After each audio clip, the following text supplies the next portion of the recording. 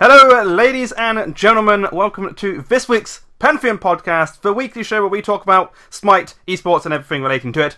My name is Darkkai3, your host of the Pantheon Podcast, and with me, as per usual, we have the one and only AlphaJackal. How you doing, sir? I'm doing fantastic. It's a beautiful day today. It's quite nice, isn't it? Yeah, there's lots of clouds outside now that I've looked at it. Yeah, I did the exact same thing. I looked out, clouds everywhere. This is why you look out the window before you say these things, guys.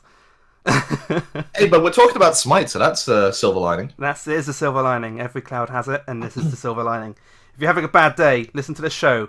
We'll perk you up. Don't worry, guys.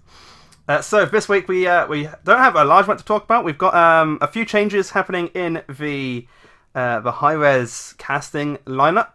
Kind of interesting one. You've probably already seen it by now, considering we are a bit late. We've also got the 4.2 patch notes to discuss with Kuzenbo. And we've all had a chance to play as him, and we can talk about him as well. And then we're going to be talking about our predictions for the week 2 of the SPL. We may refer to week 1, which is happening at this moment we're recording. So yes. So AJ, do you want to take us quickly through the changes for Hi-Rez at this point? Alright, so there has been one change to the casting lineup, and if you're any fan of Smite esports, you'll have noticed this already. Adonis has moved to Smite Tactics, and later that day they announced that the best Taco was going to be moving to Hi-Rez as an associate esports specialist, which is a fancy way of saying she's joining the casting team. She is. She's now the analyst desk, although she doesn't have a desk. We have the taco stand. It was quite weird seeing that, but they came out on Twitter later saying that they were trying something new and that there's a lot of new people doing something for the first time. So it was bound to look awkward to begin with, but it's going to look better as it goes on, I feel. Yeah, I liked it. And Taco's a good pickup. She knows what she's talking about. She's very good at the analytical side. So I feel they could be a little bit better than just having an empty room, like having her standing to one side and having a screen to the next to her or something. But there definitely needs to be something else in that room with her. Yeah. Rather than like the 10 angle shots. I don't know. Yeah. No, I like your idea. I like that. They mean you've got to try something new, and they're trying it. But yeah, and Taco's a good pickup, so I reckon she's going to do well. Hi-Rez Taco. Yeah, I mean, back when she was brought on for the group stages of the full split and then the super regionals, she did a fantastic job in the analyst desk.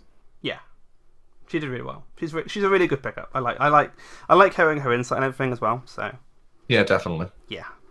So those are the only two changes. Is it one change or two changes? Suppose it's two changes that have implications for each other. Yeah. I don't know how Adonis is going to influence Tactics. That's going to be strange to see. But have you played much Smite Tactics, actually? Not too much recently, but since they have released the Chinese Pantheon and are really going forward with lots of updates consistently, I think I might try it again. Yeah. Apparently they've changed the Smite launcher as well.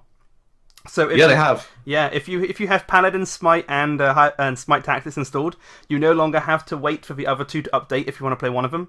So that's actually a great change. It took them long enough to do, so that's good. But hopefully more people are going to play Smite Tactics. It's actually kind of fun. Yeah, from what I could tell, it's a very unique card game. That's exactly what they wanted it to be. I know a lot of people are complaining. It's like Hearthstone, but it's not. It's not. It's a tactics game. If anything, it's like what, Might and Magic, kind of. Never played it. Never played it. It's like Might and Magic. There you go. That's what it is. But yes, that's the changes for Hi-Rez. It's not a large number of changes, but it's quite nice to see. So now we're going to go on to the patch notes for 4.2. Now we usually do it earlier than the patch, but due to a few issues last week, we weren't able to get this one out.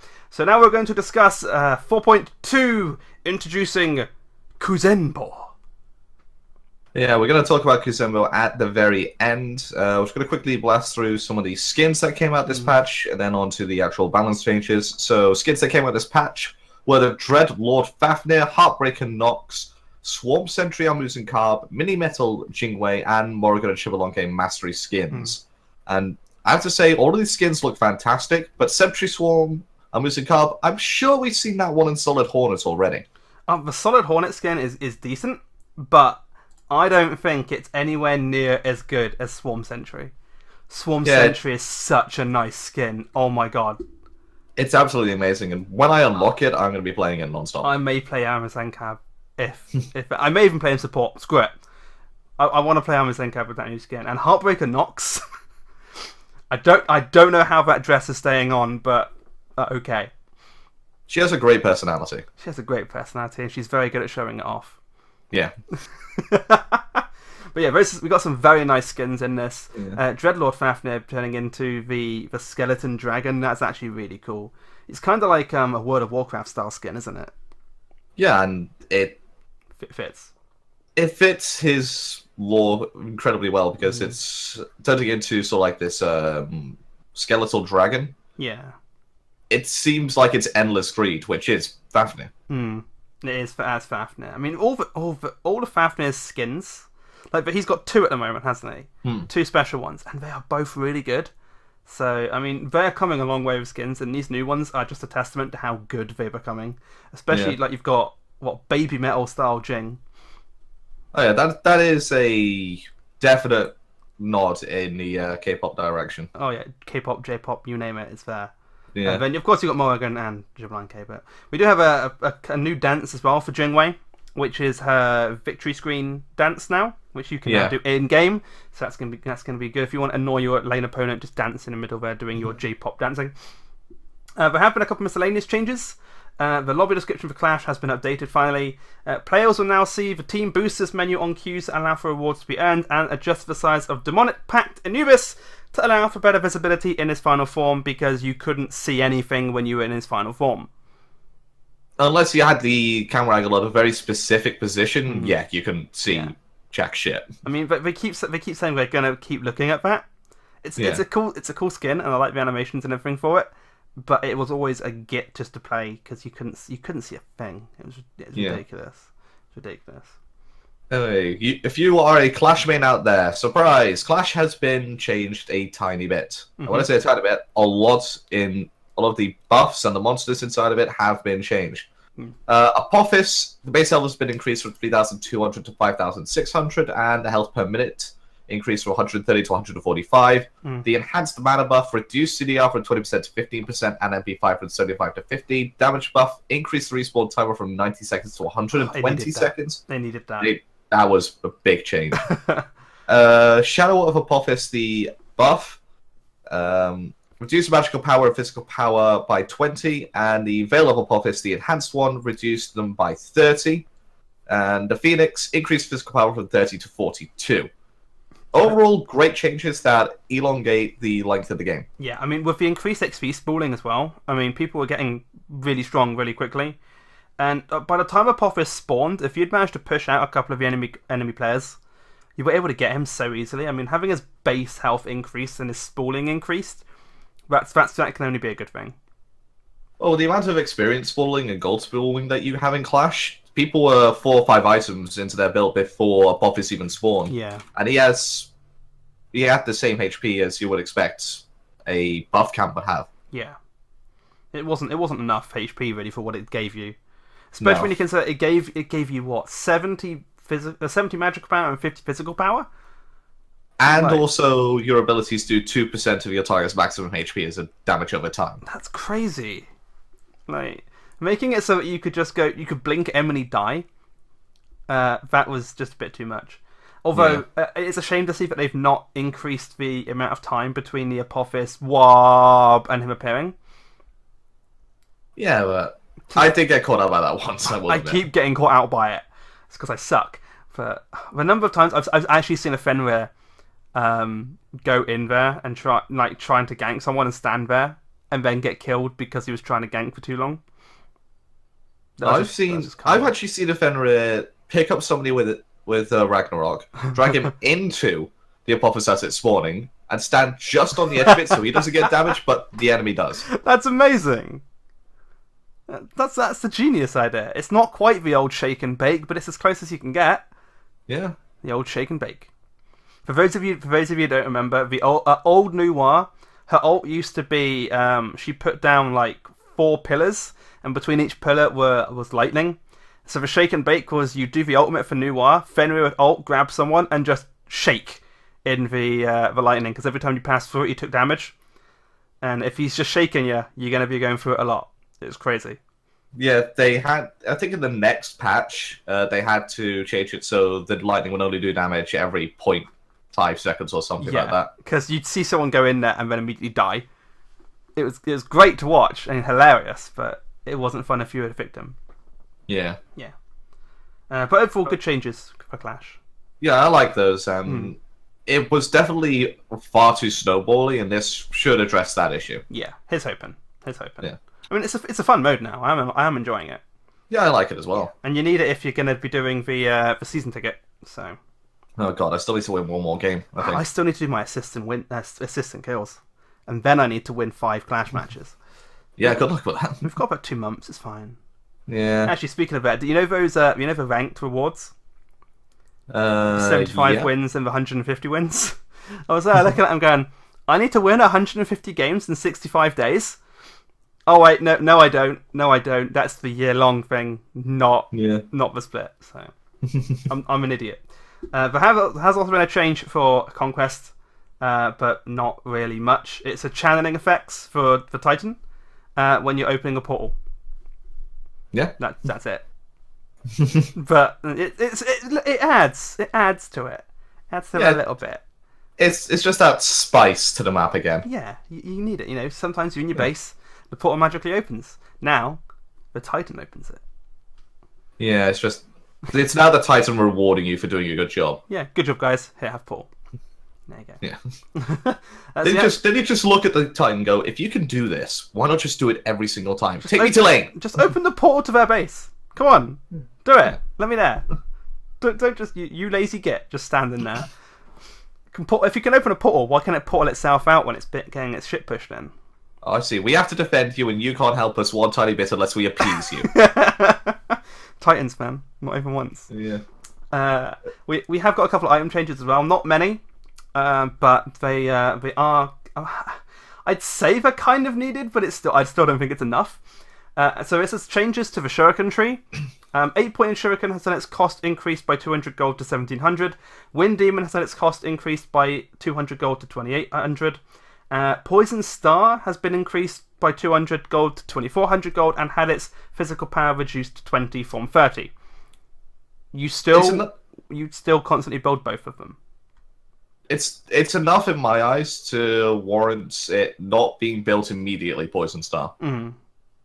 Because it's too expensive for the fact that you only get 20 power, I think it's 10 or 15% attack speed, and 15% critical chance. Yeah. It's not enough at the beginning of the game, because your critical hits will be doing as much damage as a regular basic attack if you built Transcendence or Tavares Gauntlets. Yeah. So it's not really such an efficient item. Now, you can build it again later in the game, but it's now shifted towards this assassin or maybe even warrior item to buy. I'd say, but I mean, it's still a really good item. It's still a fantastic item if you can build it, but you don't rush it anymore. I mean, the big issue is still Wind Demon is still really good. Yeah, they didn't really touch Wind Demon too much. Just made it a little bit more in line with what its stats give in terms of its cost. Yeah. But, I mean, you're still going to see the triple quit builds. Yeah. So, maybe. I don't know. It's difficult to say because some people are still going for the Poison Star build, some people are going for Tavares Gauntlets or Transcendence builds, and they both seem to have their merits, but the Poison Star build seems to be a bit weaker than the other two. The Poison Star build is a bit more obnoxious, though, with the 20% slow and the 20% damage reduction. Yeah, but then you're relying on your 15% crit chance, and by that time you're probably already dead to somebody with Transcendence. True, but if you're building it later, you've still got a higher crit chance, because you're going to have Wind Demon online, which gives you 20%. So, I don't know. Those two together are ridiculous. Yeah. They're so obnoxious to deal with, but I mean, it's kind of cool to see that we've got different build styles now. Yeah. I mean, you don't see the same cookie cutter builds anymore. And you can even take a standard build and modify it ever so slightly, and you've still got a very viable build. So, I mean, before you only ever used to see 2 builds, didn't you? Trans starts or Devo starts, and now you've got some people who go straight into crit, and other people who never build anything like that, and they're all still viable. So I don't know which your favorite is. I still like the triple crit build personally. I'm a Devaro's fanboy. I love the lifesteal. Yeah, Devo. They're all good builds. They've all got the merits. So do whatever you like, but just bear in mind that the pros are definitely figuring out what's best and what's not. So god changes. There have been quite a few god changes going in, quite a lot of tooltip updates, as well as a couple of bug fixes, but there are a couple of gods who have received pretty hefty buffs as well. We're going to get onto those in a second. Aphrodite was the first on the list. It's just an update. Updated the description of Kiss to indicate the ability shares 70% of all mana regenerated by Aphrodite, not 30%. Okay. Just a tooltip update, so now you're actually showing that you're doing something. Yeah. Chiron is the first one to receive a pretty significant buff. Giddy Up. Chiron now receives a physical power buff of 10, scaling to 50 per with 10 plus per level, for the duration of his charge. He doesn't get it afterwards, it's just when he's charging. And Centaurus increased the damage from 100 to 280 scaling to 130 to 310 scaling, so 30 damage added to each rank. That's a pretty hefty buff for that out. Oh, isn't it? I mean, yeah, if you hit all 3 shots, you're doing 90 extra base damage. That's crazy. That's fast. Yeah, I mean, you didn't see him play very much, do you? And now, are you seeing him a bit more now? But I still don't think he's as good as the top picks. Yeah. I mean, we've seen Apollo completely come back into the meta now, and I don't think Chiron still has what is needed to become a top tier AD. The Giddy Up buff for me was kind of an odd one because you wanted to. Most Chirons would save their Giddy Up as a defensive option or as a option to get the kill because they've already poked an enemy player down. But now that you're giving it this power buff, if you're charging at them already as a Chiron in a competitive game, they're dead already, and the power won't really cement that kill. I mean, you're only really gonna get an extra bit of power for the hit, but you've also got the basics which are firing while he's in Giddy Up, because he's one of the few that can still fire when he's dashing. But you're not. Are you? Is it really gonna make much difference? I know you're charging right at them. You're going to hit them a little bit more damage, but that's about it. It's not going to make much difference, that buff. It's the Centaurus buff, which is put him back into consideration for a pickup. Yeah. I still think he needs something else. I'm not sure what it is. I think that's the big issue, isn't it? I think it's his training exercise could do with a tiny bit more base damage, just so he actually clears the wave with it. Okay, that might actually be fair. But it's the thing with some of these gods, isn't it? Yeah. Like, some of them are so on a knife edge that if you go too far, they become OP. Like, Chiron used to be really strong, didn't he? He used to be the top big hunter, but then the thing which killed him off eventually was the fact that he now moves a lot slower in his ult. Yeah. Before he was moving at full pelt, and with his 380 base movement speed, he was just going to catch you with that ult. But now, alas. He is no Kronos. Go on then. The God of Time. The Roman God of Time. He has received a hefty buff this game. I think the big thing was that in the previous patch, when 4.1 came out, they removed all Fatalis effects, didn't they? Or Hestalis effects. And Kronos was quite badly hit by that, because him being an AA-based god, all of his damage was coming from Accelerate, essentially, which tied into his passive. So, to go with that, they've now changed a little bit. They've increased his numbers. So now Wheel of Time, his third section, which is increased magical power, will get a buff from 20% to 25%. And the basic attack power of section 4 is being buffed from 35% to 45%, which is quite good. To cancel out, to meet the effect of losing his Hestalis, he's getting a little bit extra in terms of damage. He's also getting the movement speed of Accelerate change from 20% initial going up to 4 plus 20% per level, and it's now 25% plus 12 to 20% per level. This is absolutely unbelievable, because with that extra movement speed buff from Accelerate, the fact that he is buying Fatalis as well, he is absolutely swinging. He's crazy now. That speed. He's so fast. I mean, but the fact that he gets, what is it? Is it 37% at level 1? 37% movement speed at level 1? Like, no matter what happens, it's like, bye boys, I'm out. Crazy. It's like Swiftwing, but in an ability. After rank, when he gets up to rank 3, though, he's going to suffer from self-diminishing returns with that speed increase. Which is an issue, but it's not something too worrying. No, I think he'll be okay. Yeah. I think he's fine. Because it goes above 40 at that point, doesn't it? And that's when things start getting a bit iffy. Yeah, that's when it starts suffering from a small diminishing return in terms of increase. And think when it goes up to 55% movement speed, that's when it really starts getting heavy. Luckily, he doesn't get there. Although he would it affect it? No, with Fatalis, that would affect it, wouldn't it? With Fatalis and Boots, he would get affected by it, I think. Yeah. Okay, so that's something to watch out for.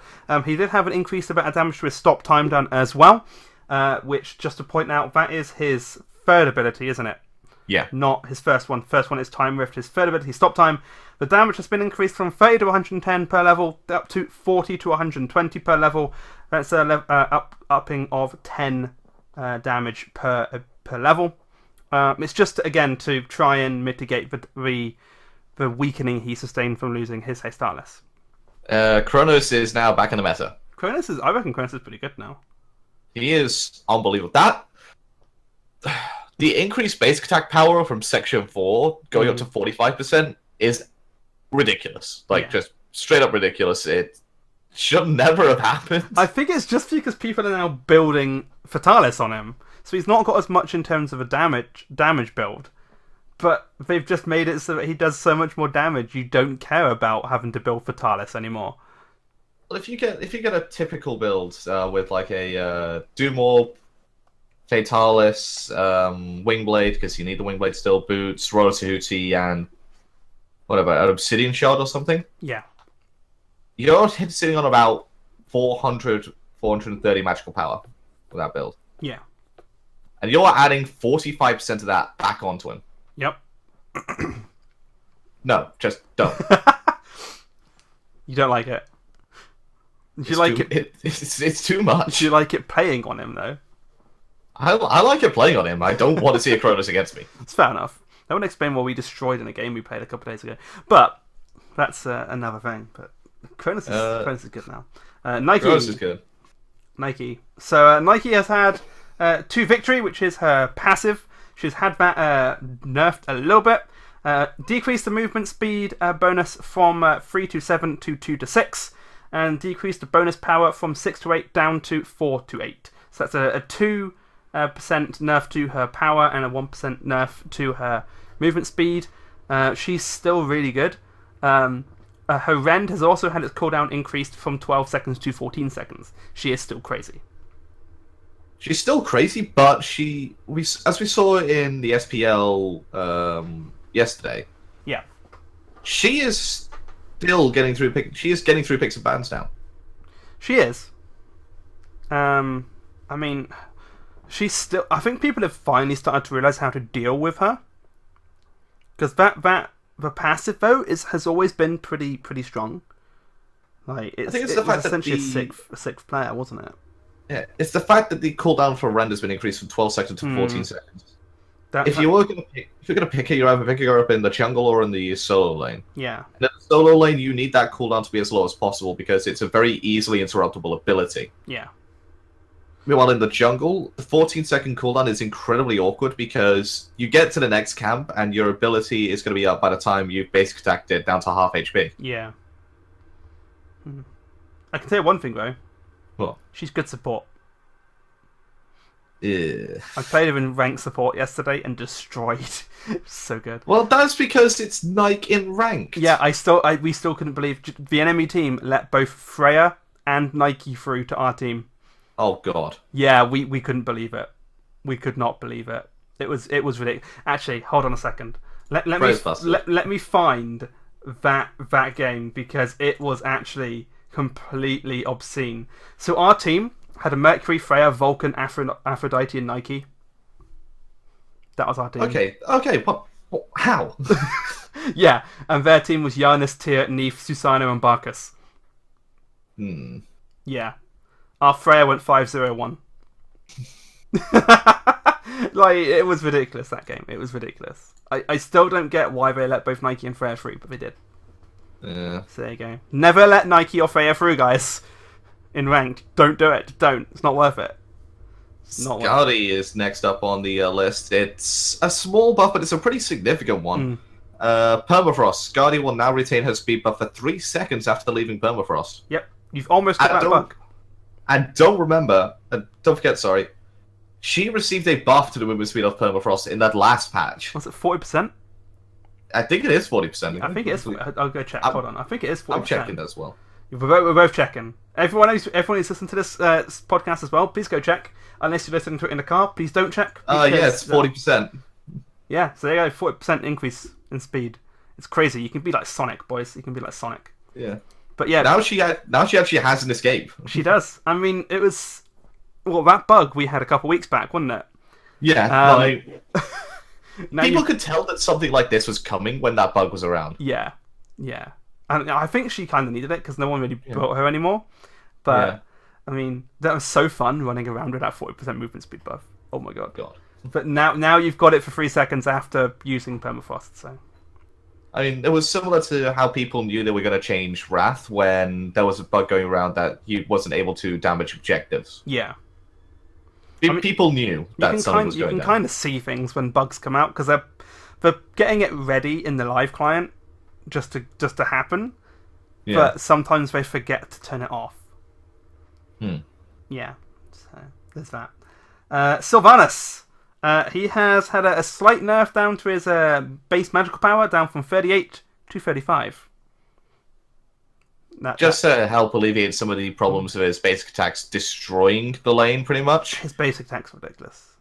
He's still incredibly strong in terms of push, but he's not getting punished outside of the lane push. Yeah. Which is why we're seeing him picked up a lot. Yeah, I mean, he's a good pick. He's a very good pick. He's a very good pick. I'm seeing him banned a lot in ranked, actually.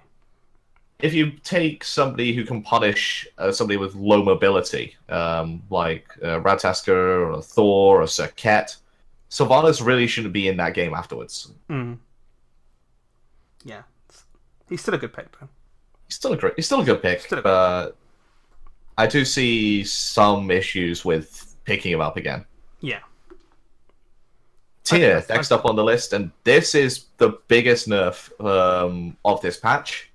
Power Cleave, defensive stance. No longer heals twice on the first target hit. This ability now caps at 3 heals. Wasn't it meant to have been capped at 3 heals before? Oh, no, it was capped at healing from 3 minions or 3 hits. It was capped at healing from 3 targets, but you healed double for the first target hit. Ah, okay.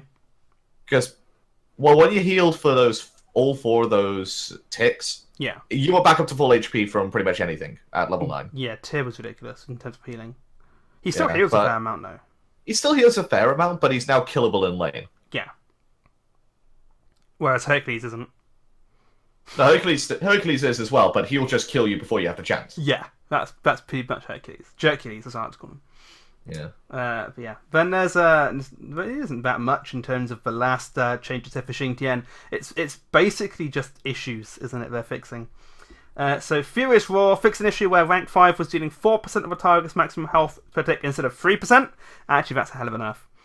But Sky Cutting Axe fixed an issue where rank 2 of this ability was dealing 80 instead of 85. Fixed an issue where this ability could provide more protection than intended, and fixed a description error in the buff bar tooltip.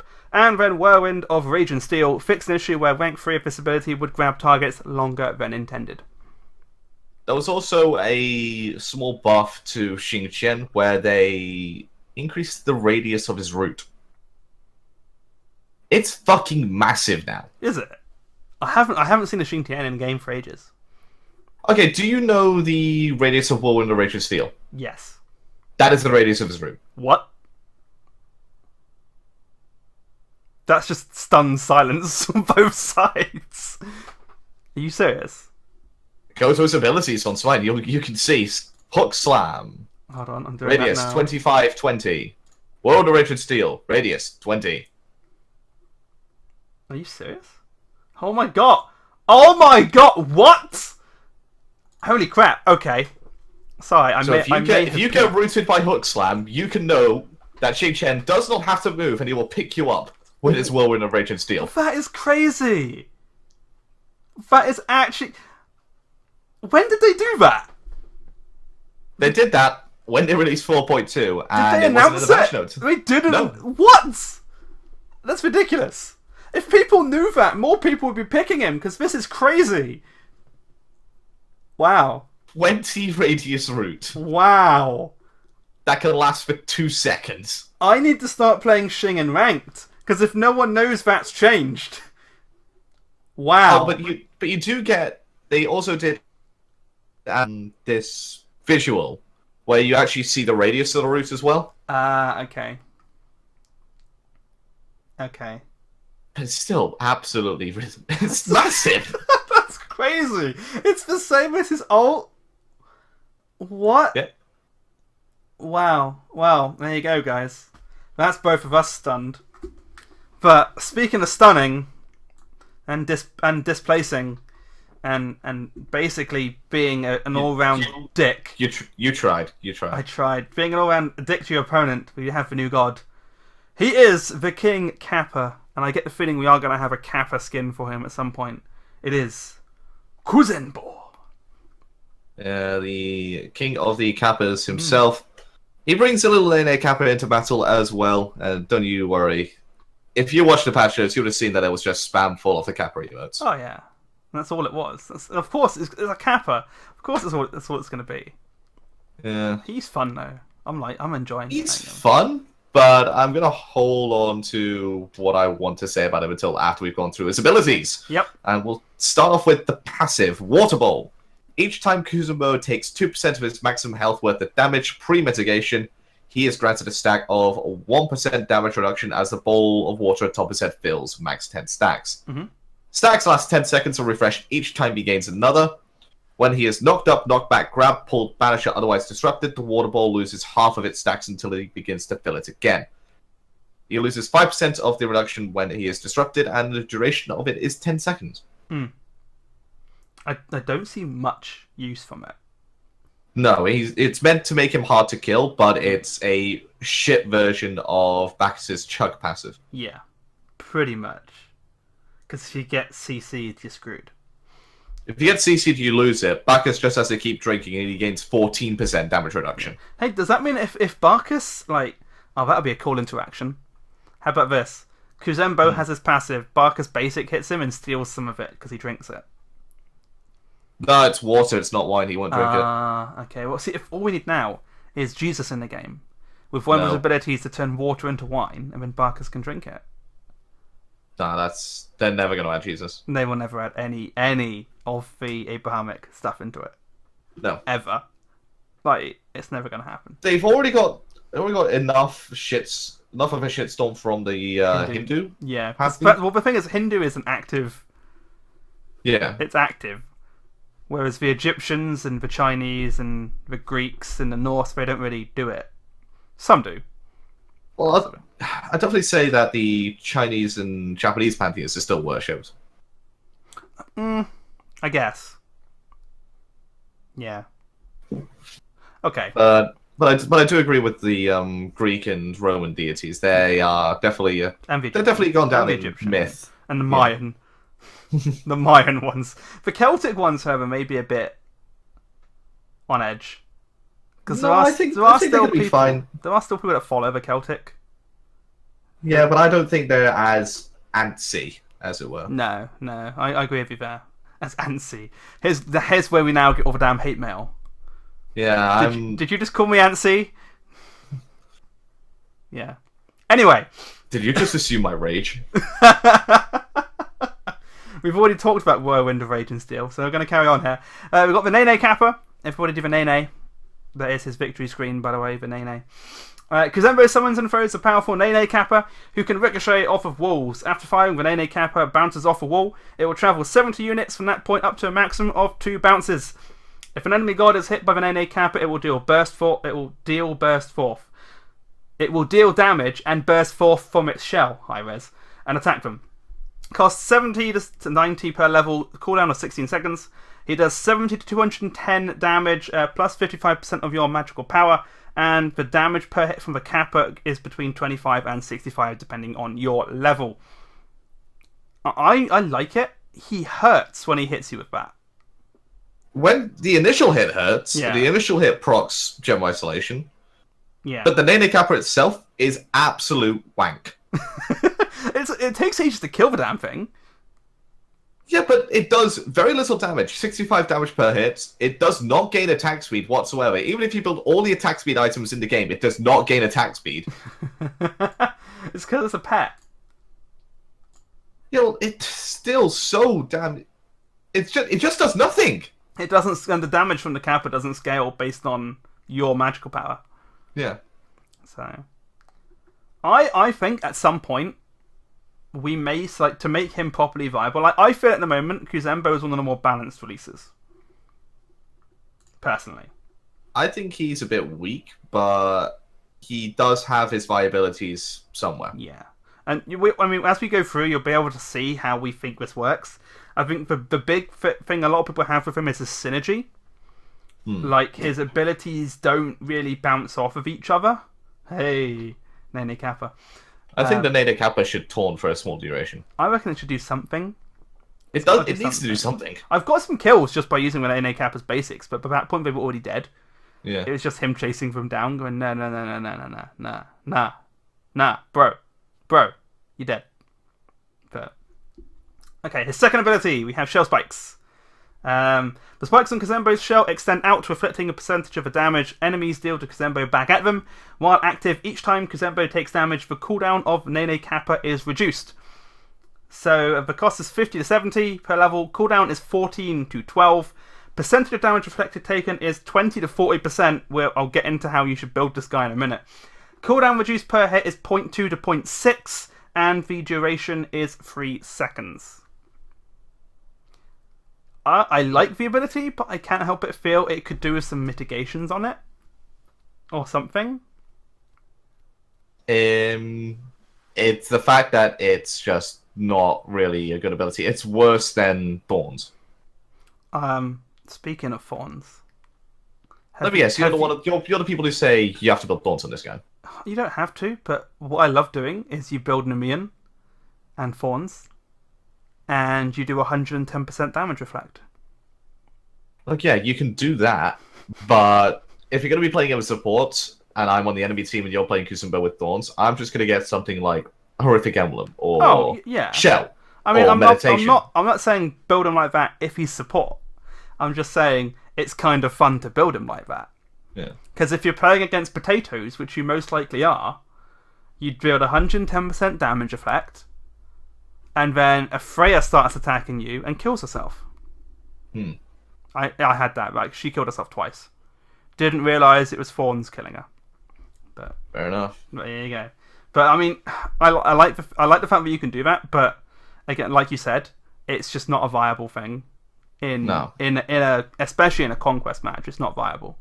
If you're playing him support, you're not going to want to sacrifice an active to be Thorns.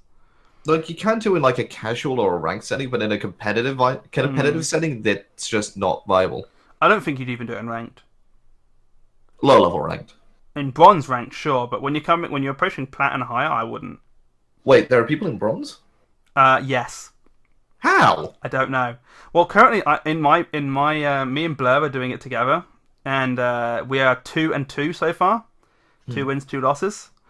And we swear we are getting actual bronzies in our games. Oh, I did my qualifiers, lost the first 3, won the next 7. Bloody hell. I'm hoping we can win the next load, because you're plat 2, right? Yeah, I got plat 2 from my qualifiers. That is your placement. Like, yeah. I think they're starting to realise that placing everyone in diamond was probably a bad idea. Oh no, people can still get diamond. Kalas went 10-0 or 9-1 and got diamond 2. Diamond 2? Diamond 2. 10-0? Yeah. Not diamond 1? No, diamond 2 seems to be the hard cap. Ah, okay. That kind of makes sense, considering diamond 1 feeds into masters. Yeah. Okay, that makes sense. I'm worried I'm going to get plat or gold. Because The servers aren't stable enough. You're probably gonna get plat, I'd say. I hope we get plat. But back onto Kuzenbo. Sumo Slam is his third ability. Kuzenbo charges forward, immune to slows and roots, damaging enemy minions and using his immense strength to push the first enemy god he hits along with him. Each subsequent god he hits deals damage to both that god and the god Kuzenbo is pushing. Colliding with a wall will also deal damage to the push god. Cost 60 to 80 and cooldown at 16 seconds. The damage per hit 65, scaling up to 185 plus 35% of your magical power. This is a very unique ability in the fact that it's sort of like a reverse charge spray. Yeah, I like it though. It's a good displacement. In a team fight, you can get to the back line and go, "I want you." You know, do the Pokemon thing. I choose you, and you grab them and you push them forward into your team. He is somebody who just goes on to like the hyper carry and goes, "Hey, fuck you, get out of this fight." Yeah, get out, bro. You're mine. That sounds sadly he doesn't do "get over here." He does "get over there" instead of Scorpion. It is if you feel more combat, but I mean I like it. I mean the synergy with this and his ult. I think the last two abilities on his kit work really well together. How the other two interact with it, I'm not sure. But he's very much choose who you want to take out and then take them out. Because his ult basically goes, "I don't want you guys, I want this guy." And then his free goes, "Thanks, I've got this guy now."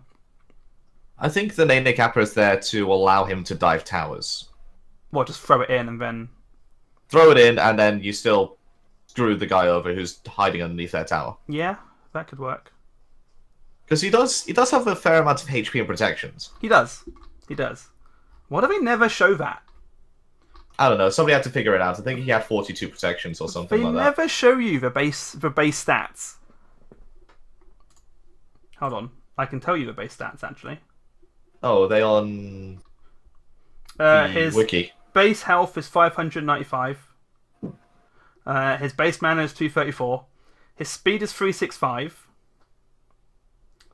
His base attack is 1.01. His base power is 40, and it's... Oh, that's... Thanks! Progression, undefined. His base physical protection is 21 plus 3.2 per level, I think. Magical is 31 plus 0.9 per level. And his health region is 8.85 and 5.02. So he is a miniature god, then? Yeah. Oh, no. Oh, sorry. That's Kuzenbo himself. Oh, my god. Sorry. I was doing Kuzenbo, not... no, but are not stats for the Nene Kappa on Smite. I think Flare Boot figured it out, though. Yeah, if you want to know what it is, go to Flare Boot. If you carry on, I can try and find it, if you want. Actually, no, Flare Boot talks a lot. I can't be asked to go through his tweets. Yeah, it's a dangerous place. You do not want to go there. Don't go to Flare Boot's Twitter. He's like WizKid. He just doesn't shut up. He just keeps talking. It's kind of like me in this podcast. Yeah. Watery Grave, Kuzenbo's final ability. It's his ultimate. Kuzenbo pulls himself inwards underneath his shell and spins, summoning fierce currents that knock enemies back, increases his movement speed, and allows it to move freely in all directions. He no longer suffers from strafing penalties in this ability. Damage after the first spin is reduced by 50%, cost 100, cooldown 100 seconds. Damage from the first hit 60 to 220 plus 40% of your magical power, and if you know maths, damage per hit afterwards 30 to 110 plus 20% of your magical power. The movement speed increases 35%, so it's basically Heavenly Wings. Yep. I mean, like I said, this synergizes really well with Sumo Slam. So the easiest way of using it is if you're playing Kuzenbo, you should probably have Blink.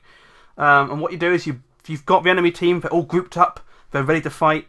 So you blink in, press 4, spin, push everyone that you don't want away. Yeah. And then you've got the one guy you want in front, between you, you're in between him and the rest of his team. And then when your ult finishes, you Sumo Slam and push him towards your team. Yep. And it's a very good way of burning beads as well, Watery Grave. Interestingly, you know how it does a load of knockups? Yeah. You hit the ground just long enough to get an ability off. Yeah, so, I know that as well. So if you've been ulted by a Kuzenbo, there is a chance where if you're 4, you can throw your hammer. You'll get knocked up, but by the time that you land, your hammer should be at its max range, and you can teleport. If you're a god of a jump, you should be able to jump out while you are on the ground again. Same with dashes. So just bear that in mind. It is probably good to use your beads on him, but bear in mind that you are on the ground long enough after each stage of a knock-up for you to use an ability. Yeah, they might look at changing that going into the next round of patch. I don't know. How long is he in that form for? I think it's for 5 seconds. If you're getting knocked up for 5 seconds, maybe I'll have a check, see if I can find it. Because that's if that's the case, if you're being knocked up, I think it's 4 seconds actually. If you're being knocked up for that long, that's more obnoxious than Tyr in any stretch of imagination. Like if he's knocking you up for that long, and you're not able to do anything in that time, especially when you consider it with a knock-up, there has to be. I think there's got to be a downtime between each stage of his knock-up, because even if you beads a knock-up, if you're chained in that, you're still up in the air. Yeah.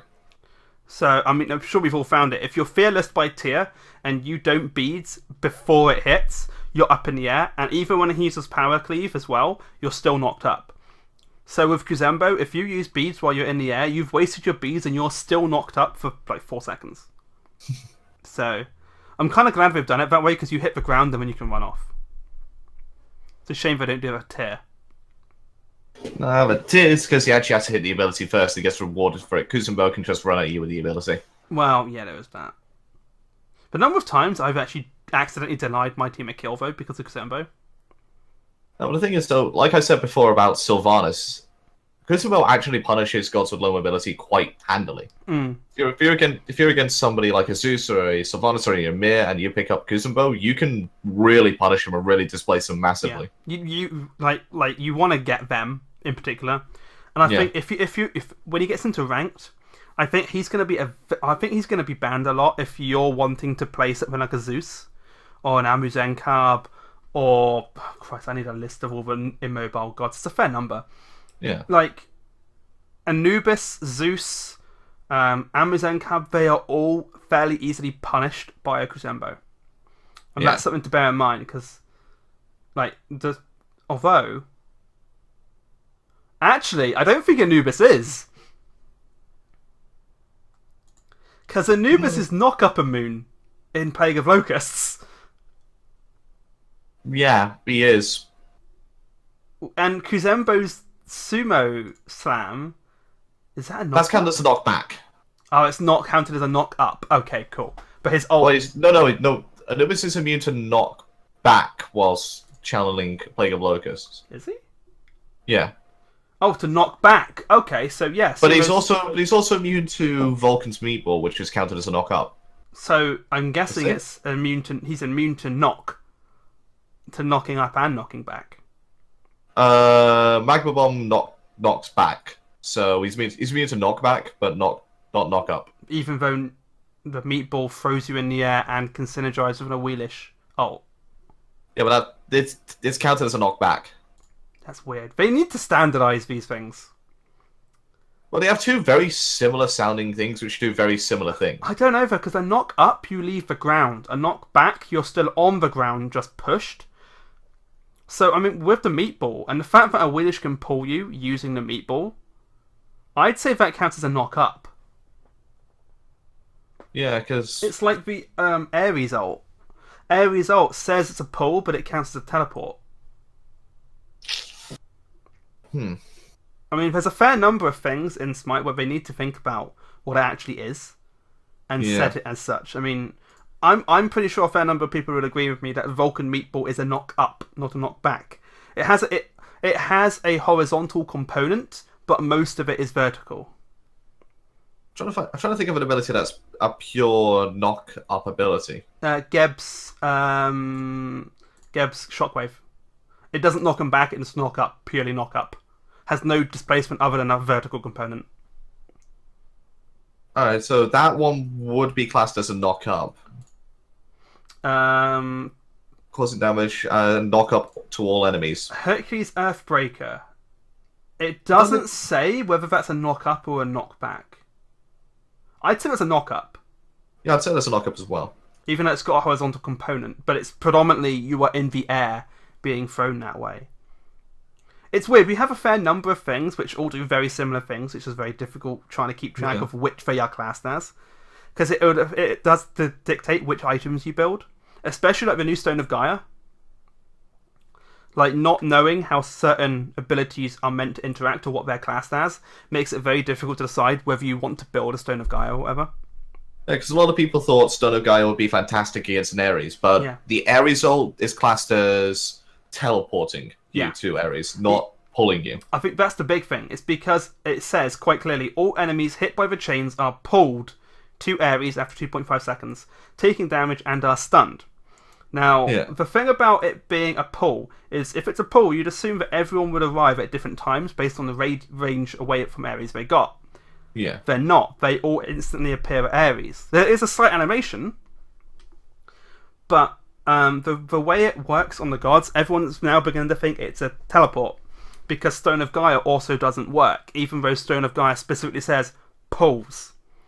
So, again, like I said, there are a few things that need to be thought about for that. But yeah, Kuzenbo. How did we have, like that has to be the longest god discussion we've had, just because we kept going off topic. I kept going off topic. That's because we were trying to sort of put into context how his kit works and how it transitions from current Smite gods to this god. Yeah. I like him. I like him as well. Like I said, I think he is one of the more balanced releases, especially when you can, or the more stable releases as well when you consider Morrigan. Well, he's one of the most balanced gods I've ever released. He's got his clear strengths in terms of camp clear and wave push. Yeah. With his Nene Kappa. I'd say he's also got the big strength in his displacement. Yeah. Yeah. But he also has his incredible weakness in terms of he doesn't really have much AoE CC outside of his ultimate. Yeah. And he lacks that sort of, I don't know, lacks that sort of oomph that you want from the other supports. I honestly think I agree with Blair. I've been talking to him about this a fair amount recently. I think that if you're going to play Kuzenbo, I reckon he's going to be a solo laner if you do play him. I mean, it's not the first time we would have seen a support in solo. So, I don't think you're going to see him as support very often. I reckon it is going to be solo lane. Alright. So, I mean, because then you can actually have a proper AoE machine, like in Geb, or a Sylvanas. Oh man, can you imagine a Sylvanas with a Kuzenbo? Oh god. You're just like, I want you. And he's like, no, I'm getting away, I'm using beads. And then Kuzenbo goes, no, bro, you're coming with me. You know? Yeah. I reckon it'll be quite good. I reckon he'll be a good solo laner.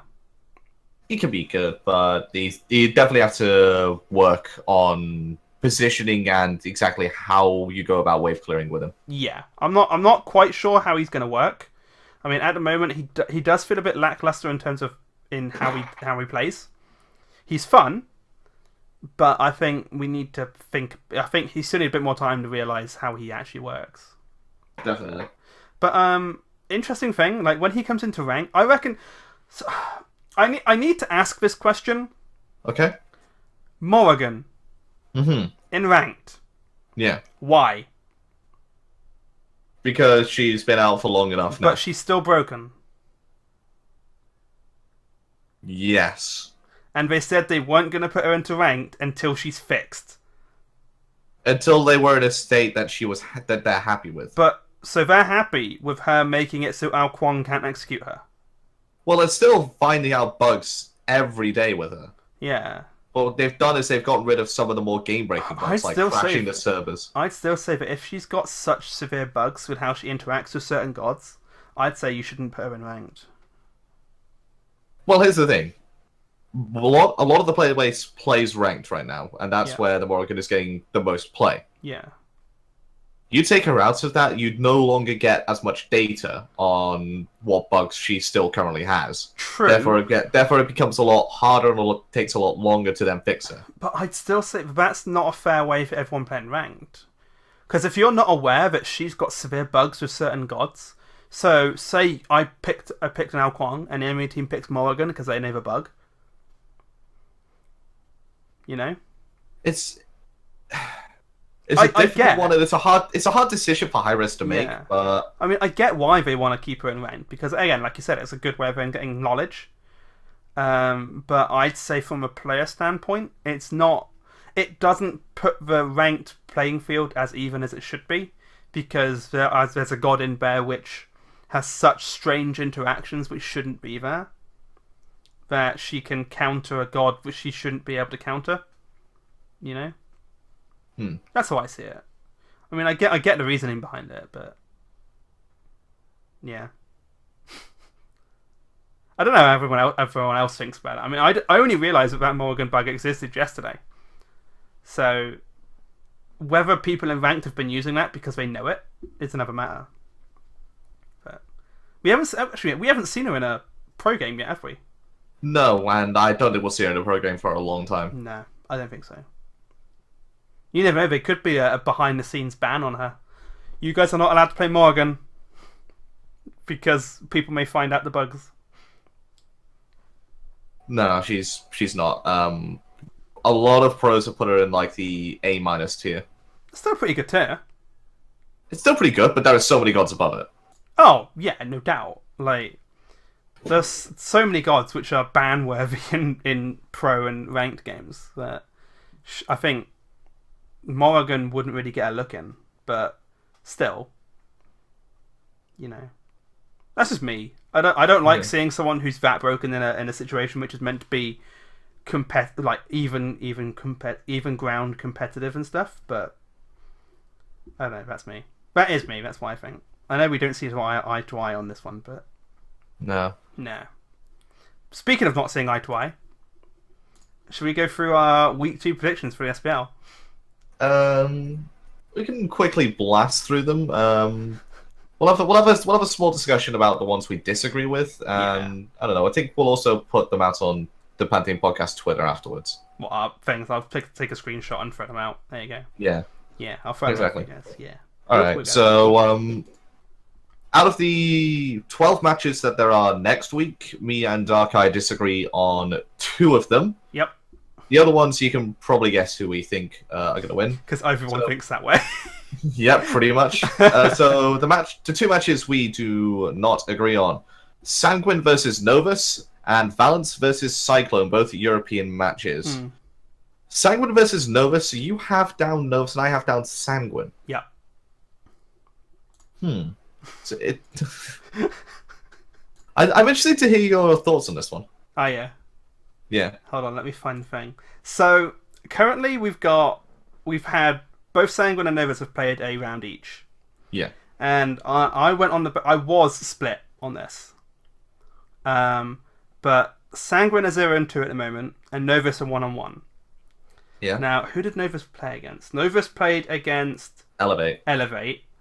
And Sanguine played against Valence Squad, which is most of what used to be Paradigm. Yeah. Which used to be Orbit. It used to be Orbit, which used to be Paradigm, which used to be... I can't remember what they used to be called. No, can't remember what it used to be called. But I don't think... Now, I know you disagree, but I don't think Sanguine's roster is good enough at this point. Like, the coach can pull them up, I reckon, but at this point, I don't think Sanguine can beat Novus. I think they can. That's simply because I don't really trust the dual lane of Novus. It's fair enough. Novus is dual lane right now of Frezzy and Flurry Q. Yeah. Don't get me wrong, they're great players, but Flurry Q was traditionally known as a jungler and is in ADC right now and has really only played Neath in competitive. Yeah. And it's a weakness which a lot of teams can play around incredibly easily, just ban it or take it away from them. Frezzy, we saw what he did during Worlds with Obey when he was behind. He just he went off and did his own thing rather than trying to get back into the game as a member of a team. Yeah. I mean, I completely get that. I mean, Frezzy, he used to be Panda-like, didn't he? So, I mean, we saw at Worlds what Frezzy can do. We saw at World that if he's properly tilted, he's not going to be as good.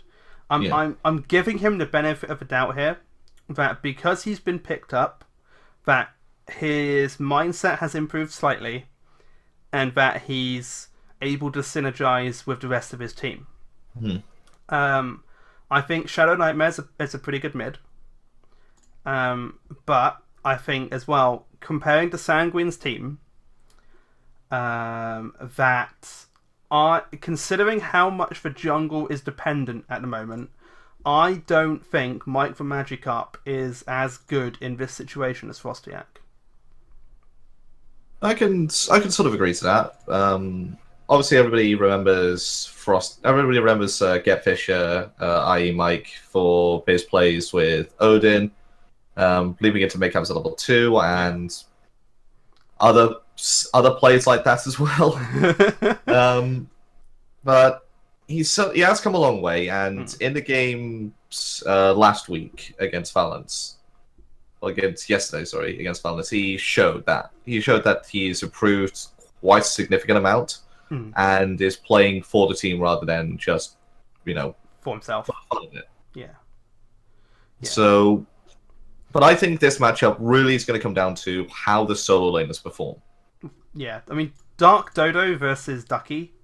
For me, that's the biggest mismatch. Yeah. In this entire game. No, you're definitely on the side of Dark Dodo on that one, aren't you? No, I'm on the side of Ducky. Oh, okay. So you're actually going for Novus on that side. I'm going for Novus in the solo lane, but I don't think Ducky can carry 4 versus 1. Okay, no, that's fair. Unless he gets his Panted Fenrir and just goes off on a tear. Yeah. I mean, I like Death Panther as well. I mean, Death Panther's good. I love Death Panther. Yeah. I mean, so I feel kind of bad, like, going against Sanguine's current roster, because a few of those are ex-EGL, and it's great to see them on the world stage. But, and again, I feel bad for this, I don't think that some of them were ready for the SPL spot. And that's why I'm going against them. I mean, like I said, I like Mike the Magikarp. I think he's improved a lot. I honestly think who used to be Get Fisher, I think he's improved a lot. And I'm gonna go on the basis of, I think that how I color Get Fisher has completely affected how I voted in terms of any match involving Sanguine.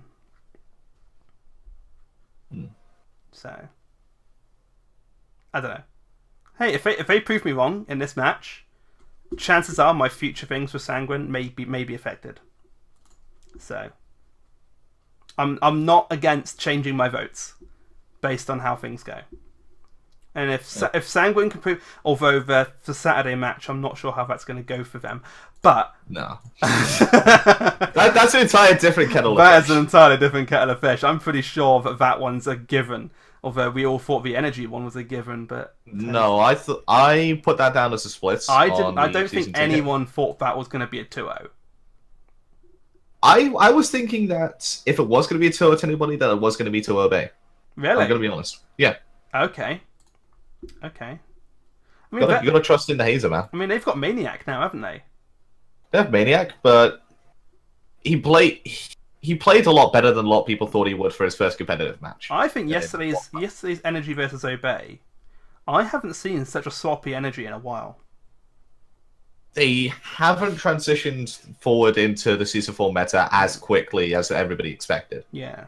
And to play them now, rather than later on in the split, is probably the best thing. So, Obey got the dream start that they wanted. Playing against Energy in the first game, getting the 2-0 against them, and carrying off forward huge momentum from beating a team who hasn't been beaten in a set in 454 days. That's crazy. That is actually crazy, the Energy thing. This is going to be a good one, though. I think for Europe, especially, this is going to be a good season. Yeah, it's probably the most competitive SPL season to date. Yeah, I agree. But our vote. I think our votes for Novus and Sanguine. How it goes is going to dictate how I view Sanguine for most of the season. Mm-hmm. I'm still going with Novus. And I'm still going with Sanguine. Pretty sure you're still going with Sanguine. So we'll see how it goes. Yeah. I mean, I'm looking forward to the match, and that should be a good one. Same. Yeah. We did have another match which you disagreed with, as I said before. Balance versus Cyclone. I, of course, am going to go with 2-0 Cyclone, and Darkkai's going with a split. I've gone with a split. So I think Cyclone are a good team. I do think Cyclone are a good team, and I'm not just saying that because AJ is the coach. It's like when it comes down to this conversation, we have to sit there and go, and by the way, guys, I'm not doing this just because of, and in this case, just because AJ is the coach. No. Hashtag sponsored. Kay, can you get us sponsored by Cyclone? Just have a message going out. This podcast sponsored by Cyclone. GG. But do it, please. I could do some merch. But no, I think Cyclone are a good team, but I also think Valence are a good team. And I've not fully seen yet how Valence can perform, because we're still at that point where Valence they're still fairly new together, as in some of them, if you know what I mean. Like, most of them have been around together for a while, but there are a couple extra in there which haven't been in as long. So there's still a fair amount of room for growth. And I think in that next week, I reckon Valence and Cyclone are pretty evenly matched. I mean, there's quite a lot of strategy going into this game from our side, and obviously there's stuff which I can't talk about, otherwise it will ruin it. Yeah. But there is something that we are having worked on, or working on right now. Yeah. That will give us the edge, I feel. Okay, you reckon? Yep. Okay, I'm not going to press. For Valence, I do think that Xaylia is a very strong solo laner. Although Xaylia's kind of known for doing his own thing in solo lane, isn't he? Yes, he is. And the current meta doesn't allow for that. There's a lot of fighting going on. And I think the only lane that's really left alone now is the hunter lane, as I'm now calling it. Because Solo has moved. Solo is now on the long lane with the hunters. And I think Xaylia's going to have to transition to that. But in terms of like Cyclone, one of my favourite players is definitely Callus. I think he's a great support. He's an amazing support. And I do like playing with him. But I think both teams are fairly evenly matched, in my opinion. But I do look forward to seeing that match, and I look forward to your guys' strats. Yeah, would you have? I'm just thinking, like, because you're the coach for Cyclone. If you had voted split, or even worse, if you had voted for fucking Valence, like how would you have justified that to your team? I can't help but feel, but for your vote here, you have to vote Cyclone. I will always vote Cyclone, but what I am going to team, though, isn't it? Yeah.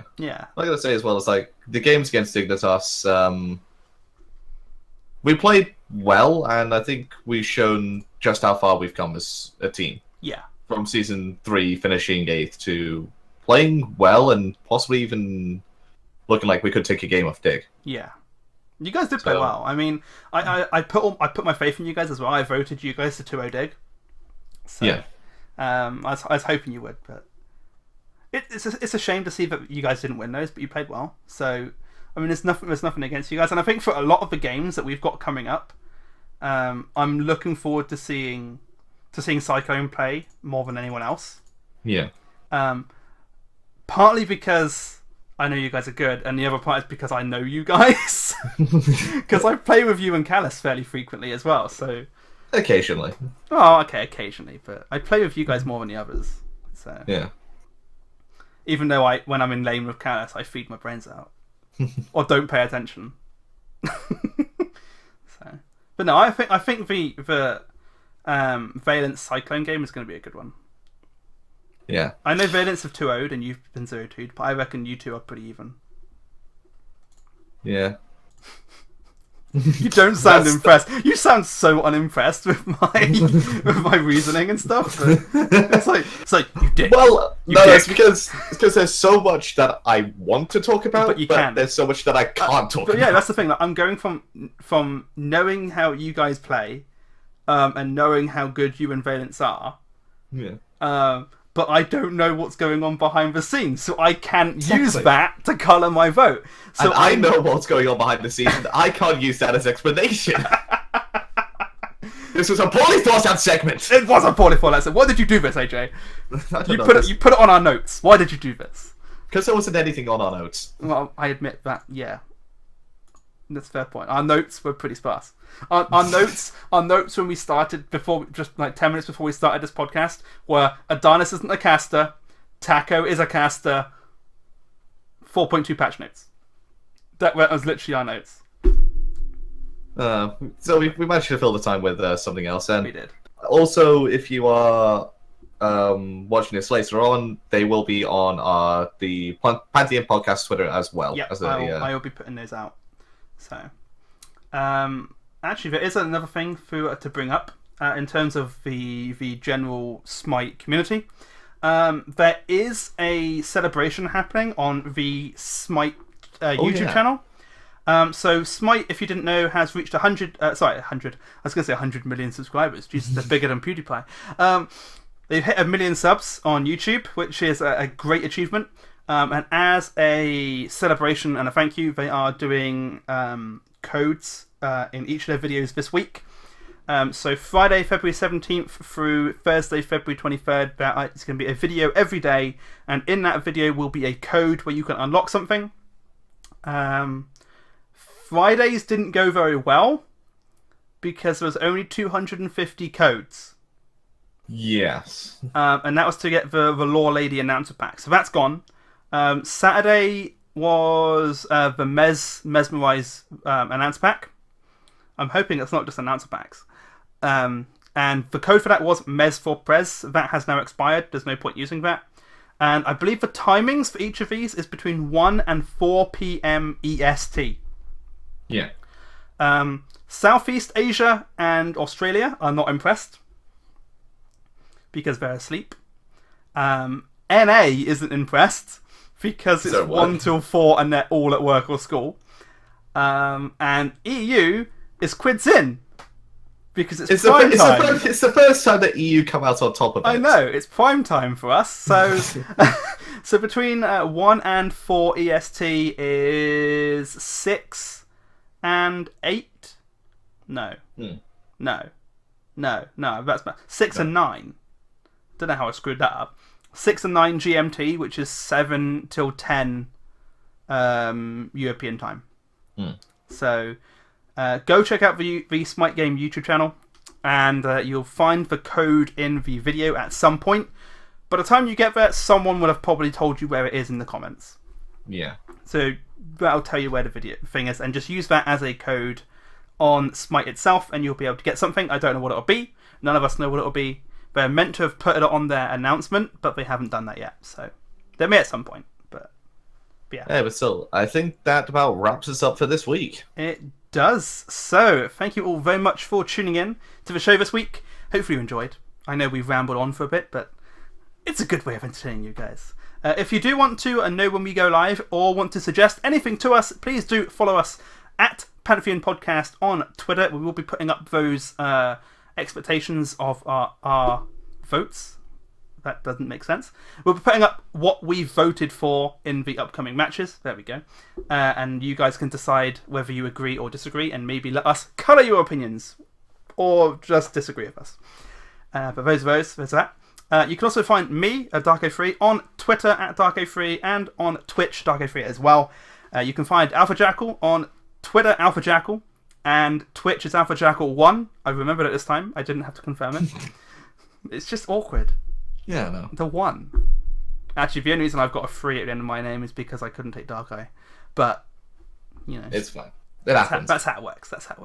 But yes, thank you very much for tuning in. Hope you enjoyed. And we will see you all on the next episode of the Pantheon Podcast next week. Bye-bye from me, Darkkai3. Bye-bye. That's bye-bye from me, AlphaJackal. Goodbye.